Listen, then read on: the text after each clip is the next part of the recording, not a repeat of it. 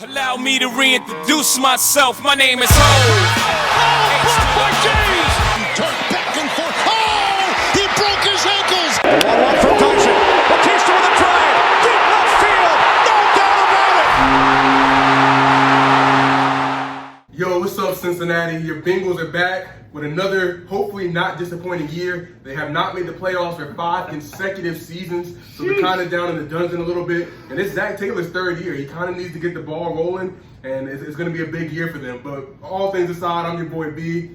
I'm Rob. I'm Mike. Let's get it going. We're going to get right into it. They made some big additions on the defensive side of the ball. They got Trey Hendrickson. Chidobe Awuzie's all right. They got Mike Hilton from Pittsburgh, who's a really good signing. They got Riley Reef, an offensive tackle. They got Ogunjobi out of Cleveland. So they're staying in the division for some of these moves. He's all right, too. They traded for B.J. Hill to get some more defensive tackle help. They got Trey Waynes is back after an injury-riddled campaign. And Joe Mixon is back. I'm expecting a really big year from Joe Mixon. And they lost some big players, too. They lost Carl Lawson at the edge position. They lost A.J. Green, who's been the franchise receiver for forever. Best receiver in franchise history, too, for sure. They lost the always stable Gio Bernard coming out the backfield. They lost William Jackson to Washington this offseason. That's big. Mackenzie Alexander's been there since he was drafted. They lost him. And they lost the overpaid Bobby Hart at tackle. Everybody's probably glad to see him go. They also drafted Jamar Chase in the first round. I think they should have went offensive tackle to really protect their franchise quarterback after he completely tore his knee last year in the play. So that was kind of questionable. But what they did is they got the quarterback's favorite receiver of all time in Jamar Chase. And they also went and got Joseph Asai at the edge position out of Texas. He did some good things this preseason, so hopefully he can help at that edge position. I think he's out for the year. Oh, he is out for the year. That's Wow. right. He got hurt, I think, after the first preseason game, as a matter of fact. So Joseph Asai's out for the year. He'll be a factor in the future for sure. He will. He's got potential. But they do still have Trey Hendrickson and Sam Hubbard, who they extended this Yeah, offseason. so they probably wouldn't even use him that much this year anyway. Yeah, so he's more of a project piece for later on. So they got some good things going on the defensive side of the ball. Their big question is going to be at the offensive tackle position. But as Von's probably about to get into, they got those 3 receivers that could all be around that 1,000-yard mark. Yeah, I mean, their receivers are stout, like really one of the most underrated receiver trios in the league. It's a big reason why Vegas has their over-under at 6.5 wins. Obviously, you got Joe Burrow coming back off the serious injury.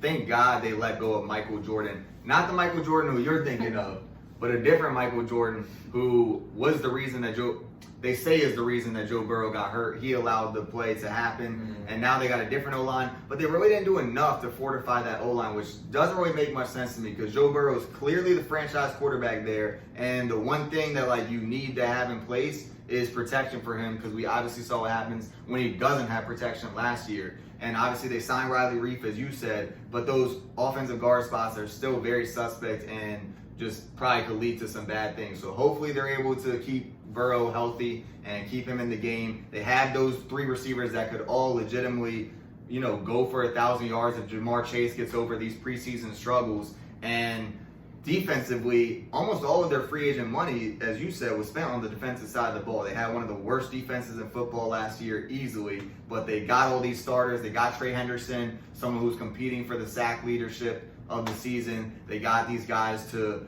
come in and really make one of the worst defenses in the league at least average. I mean, really the only hole now is at the linebacker position, so you would think they'd be able to be somewhat solid, and hopefully it's something that can get them over that 6.5 win threshold. But if you were to make one bet, Greek, what would you make on this team, man? Man, I've been making this same bet for the past 3 or 4 years, and it seems to hit almost every single time. The Bengals are just the Bengals at the end of the day. They don't got a foundation. They drafted Joe Burrow, so they're trying to build a foundation. But then they made the wrong pick and got a wideout instead of getting the unanimous best offensive lineman in the draft, guy from Oregon, Penei Sewell. It's just, man, it was weird to me. You can get wide receivers later in the draft. DK Metcalf, perfect example. So what I'm going with the under. I just don't think they have it. I think they're in one of, if not the toughest division in football. They haven't proved anything to me. I really think Joe Burrow's going to have a top, I don't want to say 5, but at least a top 7 season for them to really get to that 7-win mark. They did a little bit on the defensive end. I see where you're coming from. They spent the money. I just have to see it to believe it. And I wouldn't be surprised if their coach, if he doesn't get to that 7 wins this year, he's out of here. And that's the thing about the Bengals was they were always known for making the playoffs every year, but just not winning a playoff game under Marvin Lewis. And now, as you said, they haven't even made the playoffs in 5 straight seasons. So all those fans that were like, get rid of Marvin Lewis, like fuck Marvin Lewis, they probably want Marvin Lewis back. Because at least he was making the playoffs. It's funny you say that though. They made the playoffs 5 years in a row, lost in the wild card all 5 Every years. time. Now they haven't made the playoffs 5 consecutive years. And talking about the win total at 6.5, you combine the last 2 seasons, they won 4 games last year, 2 games the year before that. That's only 6 wins. And all 5 of those years, they've only gone over 6.5 wins once during that time. But they have transitioned their team some, and they have made some good moves. But I'm worried about that interior offensive line, especially in a division like the AFC North, where you got the Stephon Tuitt's, the Cam Haywards, the Ravens interior D lineman Calais Campbell, so they really have to do something. TJ Watt. I mean, Myles Garrett. I mean, there's some plays where he don't stunts inside and comes right after that interior. So I mean, it's just going to be tough, man. Hey, Joe Burrow, I hope you stay healthy because you're a baller, bro. I really do. Best of luck, Cincinnati.